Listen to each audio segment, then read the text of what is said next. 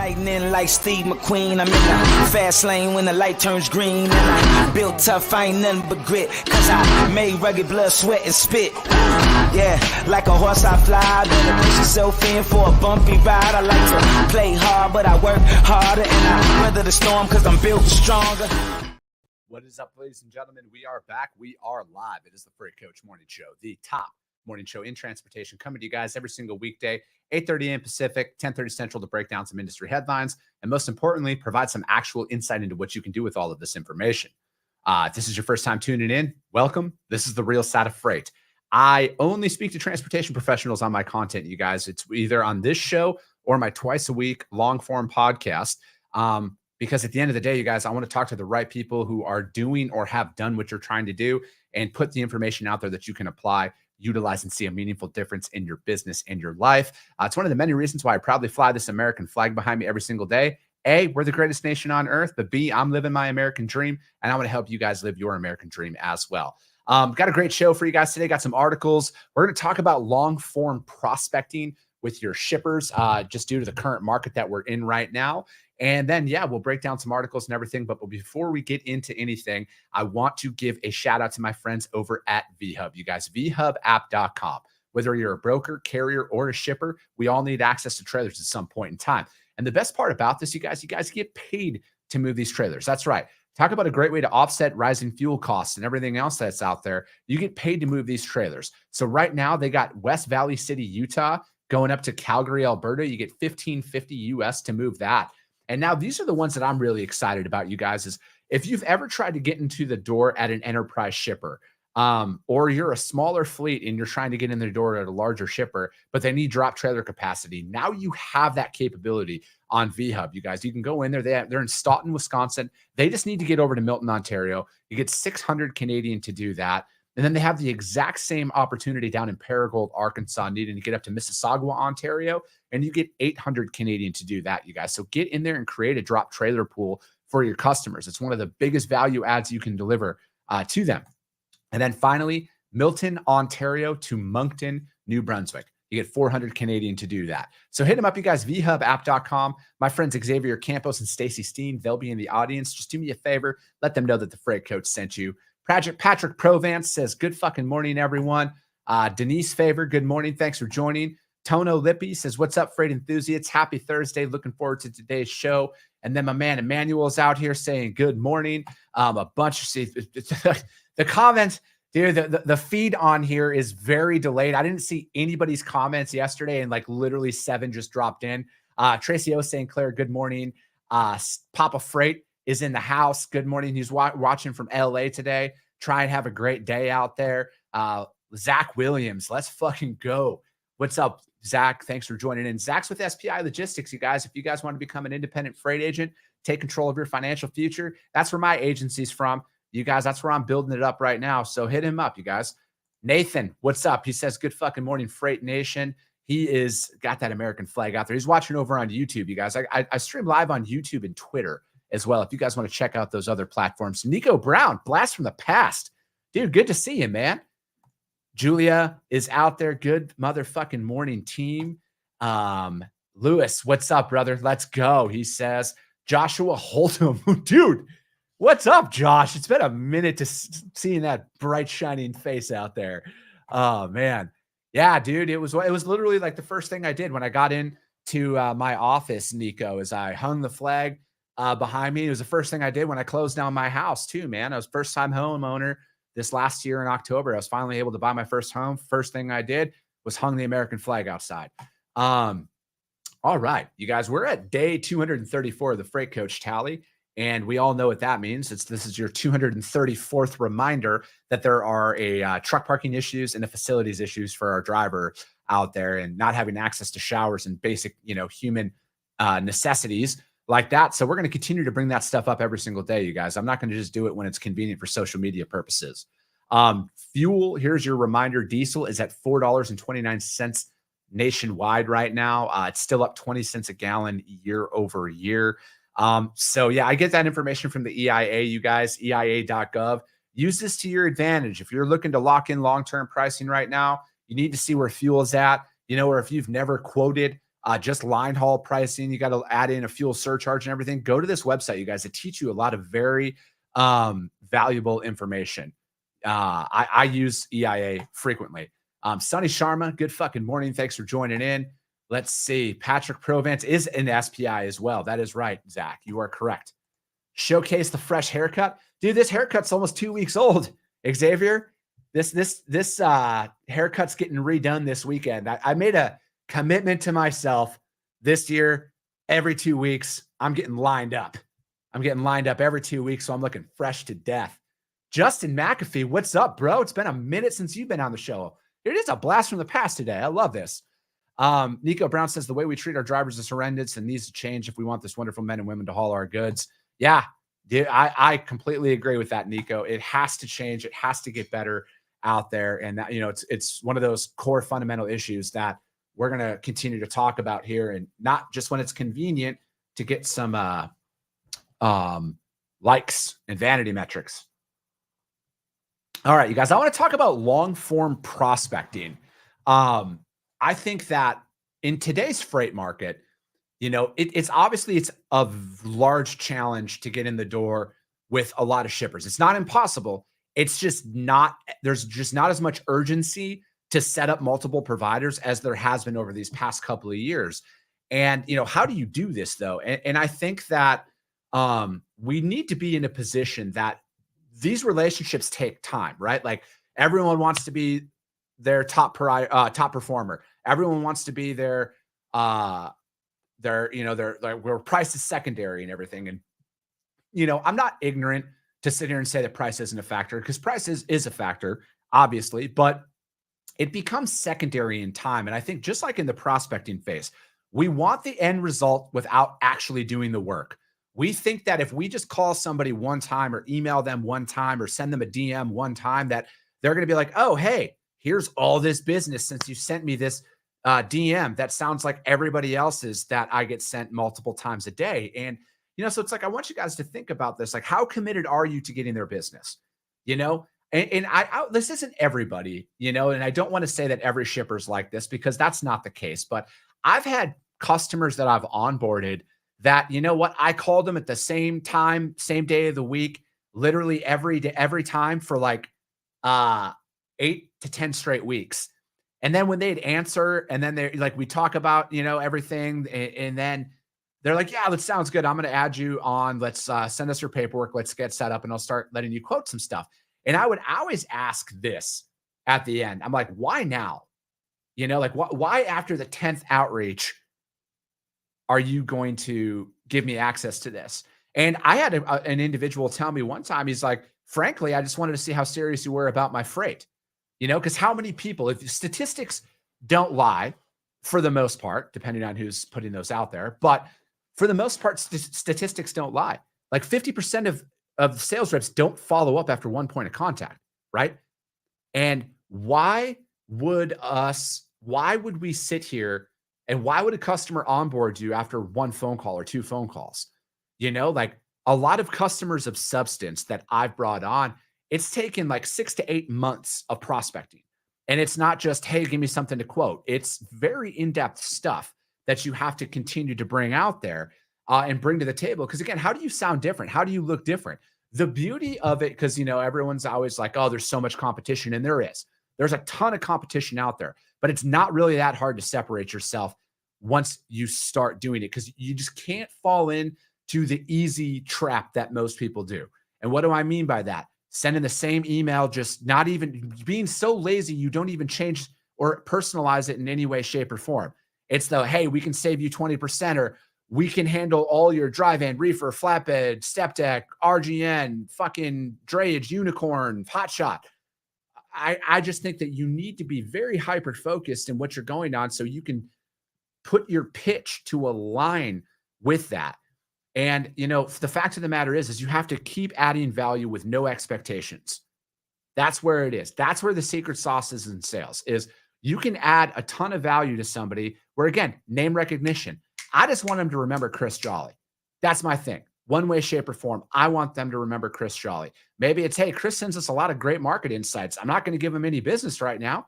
Cool. I will always rest on the fact that it's only a matter of time before something happens. And where am I going to be on the totem pole of them to respond? Am I going to be an afterthought because I never followed up? Or am I going to be their first outreach because you know what?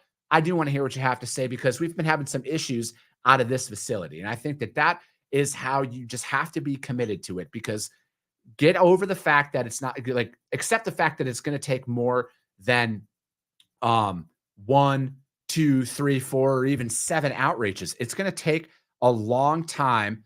And I think that, but once you do, though, this is why when you onboard a customer, this is why they're not replaceable. This is why you have to create that relationship that everybody talks like they have, that you have to own it, because it is so much more efficient for your business to not have to go after new business all the time. It's maximizing your current relationships, and because the cost of customer acquisition is expensive.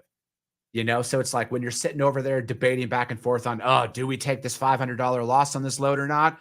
Well, what will it look like if you don't? Chances are that customer, you're not going to be their top priority. So again, there's a lot of situations out there, you guys, that it takes a lot longer to onboard them in a market like today, but it is so much more rewarding when you do. And you have to fight for every shipment. And just because you did something for somebody 100 times does not mean you're entitled to the 101st. Everything is fucking earned in this market, ladies and gentlemen. So that's my little soapbox rant on long-term prospecting. Let's see here. Going to get caught up in some comments, and then we're going to break down some articles, you guys. John Giza says, the freight coach. He said, let's go. Thanks for joining in. Nico Brown says, the way you prospect needs to be more focused on providing reasons to trust you and stories of how it makes you difference in the lives of your current clients. Stephen M. Peterson, good morning. Justin McAfee, he's got to have your niche. Amen to that. Tono Lippy says, keep adding value with no expectations equals gold. I appreciate that. Thanks, Julia. And then Joshua Holtum says, I love it, dude. And Xavier says, rapport, value, persistence. And then he says, fucking amen. Stop acting like you're God's gift to business and earn the relationship. Earn the business. Yes. There we go, guys. I appreciate that. All right, let's get into some articles here, ladies and gentlemen. And as always, you guys, I put the links to the articles up on the YouTube replay, the Freight Coach, as well as the Coffee with the Freight Coach audio only replay of this. Because again, you guys, I want you guys to read these articles and formulate your own opinions. This is just my perspective on things over my 3 truckload career. And for those of you who are just tuning in, that's me being very sarcastic. Been in this industry for a long time. And yeah, if you guys do go over to those other platforms, do your boy a solid. Subscribe and share to the show on there. I would appreciate that, because at the end of the day, you guys, if you guys see value, your network's going to see value in this as well. All right. First article, fleetowner.com. Machine learning predicts the future of driver safety. Roadways are getting more dangerous, leaving safety directors with a difficult mission. Sift through terabytes of data to identify gaps in fleet safety data. As data analytics tools improve, safety leaders have to learn to use those tools to ride the tsunami of data, keep their heads above water, and ensure the safety of their drivers. Even if you figured out what data is there and what you want to do with it, it's never the same place. It's all over. And that is coming from Brian Phillip, Chief Technology Officer and Head of Product Safety at Idelic. You're probably running a separate system for ELDs, for telematics, and for cameras, and getting them to talk to one another doesn't usually happen. So you spend you spend an inordinate amount of time going through all of these different places. Machine learning software can collect the data and present them to management as actionable insights. Managers can use the intelligence to identify high-risk drivers, allowing targeted coaching to more efficiently use companies' resources and times. And then Scott Regan says, we're able to identify those drivers, helping everyone, the operation, the local leadership, the driver. And then they said, we need to get ahead of it instead of talking after the crash. And it says driver scorecards are common for predictive analytics safety software. According to Reagan, the scorecards, if not used punitively, also can identify good driving, fostering a spirit of healthy competition.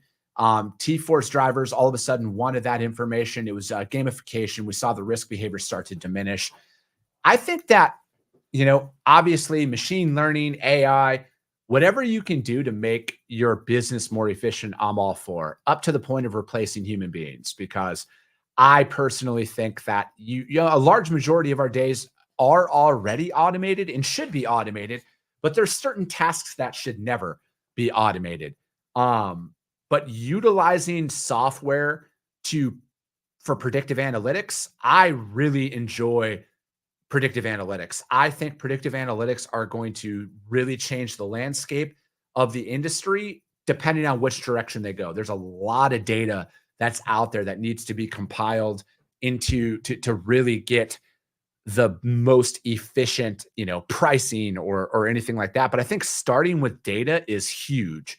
And that's what, or starting with safety, excuse me, not starting with data. Starting with safety is huge because I think we all want safer roads. And I think that, at the end of the day, there are a lot of there's a lot of drivers out there who are paying extremely high insurance premiums that potentially couldn't or could like lower their premiums and stuff just due to utilizing software to make their operation more safe. And, you know, here, so Michael Lasco is a former truck driver. He's with, Michael Lasco, dude, he was on my podcast. This is awesome. This guy is phenomenal, by the way. He's a former driver who's now a director of EHS and quality for Boyle Transportation. Shout out to Boyle Transportation as well. Said adopting new technology can aid retention efforts if drivers are included during every step. Technology considered for use by Boyle is beta tested by select drivers. In my driving experience, one of the most frustrating things about being a truck driver, it says, is you don't hear thank you and good job anywhere near as much as you should. Thanks to driver scorecards, exceptional truckers can be recognized and their efforts can be commended to the entire fleet. Boyle creates professional development plans for 30, 60, and 90 days. And then it creates an environment where they can know that they're part of a team. Are they getting supported? Do they feel overwhelmed? And we can work to address that with the driver. And it's made a big difference. And then it goes on to talk about the difference between AI and machine learning, and then what is the difference out there, and then predictive analytics on one toolbox.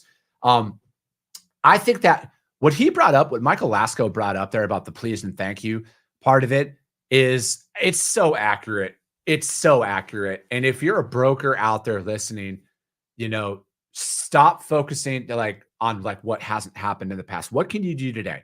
Every single driver that picks up and delivers a load, thank them. Right? Like, we don't have a business without drivers. And, one thing that my old man always said, and for those of you who haven't really listened much, I come from a family of truck drivers, and my dad drove for a very long time. He was an owned his own company for 40 years.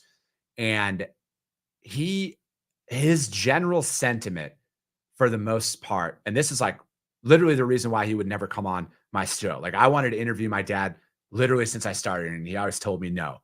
He's since passed away, but he had told me, he's like, Chris, the general sentiment out there is driver, go lay by your dish. And frankly, nobody gives a fuck about a truck driver because everything you're telling me right now is the same shit I dealt with in the 70s and the 80s. So for that reason, me coming on and telling my story isn't going to do shit.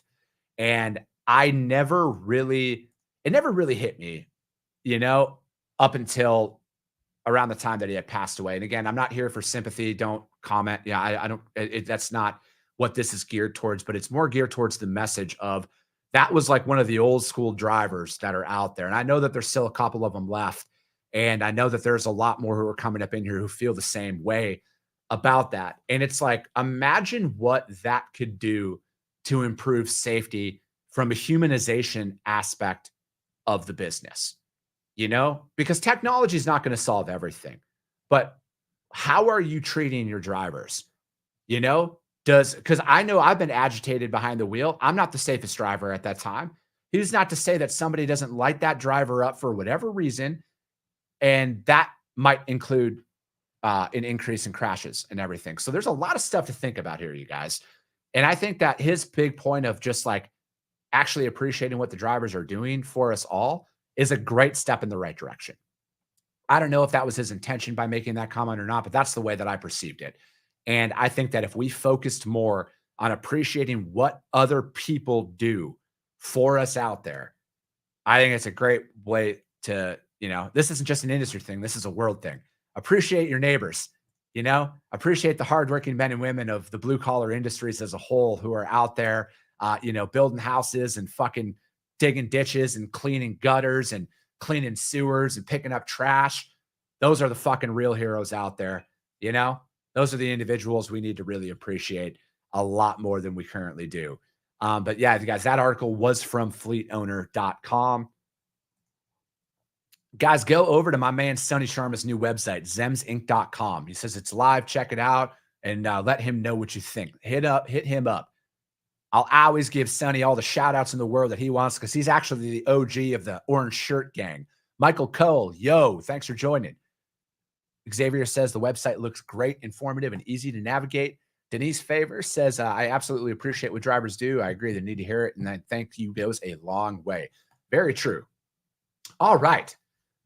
On to the second article here. CNBC.com. Rail unions tell Biden officials that workers have fallen ill at Norfolk Southern derailment site. Interesting. And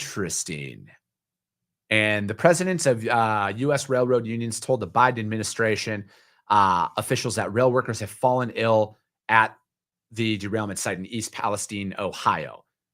Shocker on that one. Real big shocker on that one. Leaders from the 12 unions met with Pete Buttigieg and Amit Bose, administrator of the Federal Railroad Administration in D.C. on Wednesday to discuss the derailment and aftermath and needed safety improvements. My hope is the stakeholders in this industry can work towards the same goal related to safety when transporting hazardous materials by rail, said Mike Baldwin. He's the president of the Brotherhood of Railroad Signalmen. Today's meeting is an opportunity for labor to share what our members are seeing and dealing with day to day. The railroad labor represents are the employees who make it safe and must have the tools to do so. Jeremy Ferguson, president of the International Association of Sheet Metal, Air, Rail, and Transportation Workers, told CNBC Buttigieg plans on more talks with unions in the future. This was a good start. It's important these safety issues are addressed. No one wants another East Palestine. The safety discussion of employment must be addressed out there. And the meeting comes on the heels of letters sent by to both the DOT and FRA Wednesday, in which union representatives claimed rail workers had gotten sick at the derailment site. And then, according to the letters, Norfolk Southern rail workers who worked or continue to work at the cleanup are experiencing migraines and nausea. One worker reportedly asked the supervisor to be transferred off the derailment site because of the symptoms. The letter also claims workers are not being provided appropriate personal protective equipment such as respirators, eye protectors. Fucking A, are you serious? Sorry, I'm just Norfolk statement said the train company was on scene immediately, and that required PPE in addition to the monitoring was established within the hour. So it turns out that it's a fucking nightmare out there, which I think has been reported on here for a little bit.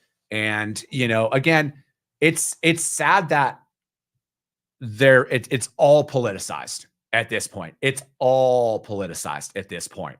And for me personally, everybody who watched that video and saw that explosion knew that wasn't good. They knew the chemicals were fucking toxic and they knew what it was doing. And then they put workers in there. Those workers are getting sick. The people of East Palestine are clearly in fucking danger, as well as the surrounding communities. And all it took was the biggest donors, a la the unions, to sit down to discuss this. How could you, and again, and I brought this article up again, not to talk politics, you guys, because that's not what this show is designed, but politics plays into our industry a lot. But if you also take note of what's not yet settled, and that's the rail union contract, that's not yet settled. Okay. How does this play into it? If there's workers out there getting sick and they're claiming that they didn't have the proper PPE to go in there and start the cleanup, what does that say about the union that's representing you? Are they concerned about your union dues coming in? Or are they concerned about your actual safety? Because let's call it what it is. This is a fucking disaster, an environmental disaster. And there is no other way you can convince me of that. And now to tie in the fact that our union, the unions who are out there saying like, oh, we're fighting for your sick time, but they can't clearly, according to this article, get them proper PPE to go clean up. Like what in the heck? Like that shit just pisses me off. It really pisses me off because of the individuals who are suffering from this, right? Like the frontline rail workers, not these fucking union heads. These fucking union heads haven't picked up a shovel in who knows how long. Again, I don't quote me on that. I don't know for a fact, but I'm assuming that them being the head of the union means that they're not out there fucking striking iron on the railroad to assemble new tracks and do that shit. And I guarantee they're not out there using the construction equipment right now to clean up that fucking disaster. They're in their suits going out to meet in Washington at the expense of the frontline worker, at the expense of the residents of East Palestine. And we're sitting here talking about this and not providing actual supplies at scale that's needed right now. And again, I don't care what side of the aisle you're on. I don't give two shit. I could care two shits less what your political views are. Because I'm one of the few people out there that believe in freedom over everything. I believe in the Constitution more than anything. And you should be irate that your representatives are not doing everything to ensure your safety as a citizen of this country or your safety as a member of these unions that these people are supposedly fighting for, yet they're sending you out to go work in toxic environments without the proper PPE. That should drive you up the fucking wall. Stuff like that just makes me so upset because you know what, you guys, I'm in the working class just like you. I'm a blue collar kid from northern Wisconsin. That I know a lot of people who work in jobs like this. You know, like we gotta fix this shit. We got to fix this shit soon. Because if you don't think it's going to affect you, it's going to fucking affect you at some point in time. So, you know, if you're upset with how some of this stuff is done to you guys, call your congressman, call your local representative. You can just by a quick Google search, you can find out who they are. Remember, you guys, they work for us. Do not let the narrative get away from what the reality of that is. Our elected officials work for us. We put them in office. We can vote them out of office if we don't agree with what they're doing. Don't lose sight of that shit, you guys. Sorry, I get fired up about this because, you know, there's people who are going to be working on this site and in this area who are going to fucking die because of this. People are going to fucking die because of this. And it is pathetic that it got politicized immediately at the expense of the everyday man and woman. That's the shit that it drives me up the wall. All right, you guys. I don't have time to get to the third article, but it was just another play off of an article I put out there last week about the FMCSA experts on the IRT, which is the item response theory, and which I'm against. It's, you know, if you Google it, it'll give you all the information that you want. Massive government overreach. I think it's punishing the many to persecute the few, kind of like AB5, you know, again. So you guys go out there and check up on that, read up on that, because that if that becomes a thing, that could throw some wrenches in some shit as well. Because, you know, obviously I'm sorry, being sarcastic, such a supporter of small business in going on right now. But that's it for today, you guys. We'll be back tomorrow. It'll be Friday Freight. We'll do a Friday Freight tip out there. And if you guys have any sales or operations related questions for the transportation industry drop them in the comments here, you guys. DM them. I'll answer them live on the show, or drop them in the comments right now and I'll answer them live on the show tomorrow, however you want to put it, you guys. But that's it for today. Amen, Justin. Thanks for joining in. Nathan says 100. Michael Cole says it. Hey, dude, it has been a long time since you sat in. Michael, come back, man. We're live every weekday, 8:30 a.m. Pacific, 10:30 Central, ladies and gentlemen. And as always, if you guys saw value in what you heard here today, share the show, subscribe, and share the show. Put it out there, you guys, because if you guys see value, your network's going to see value in it as well. I appreciate you guys. I love you guys, and we'll be talking to you soon.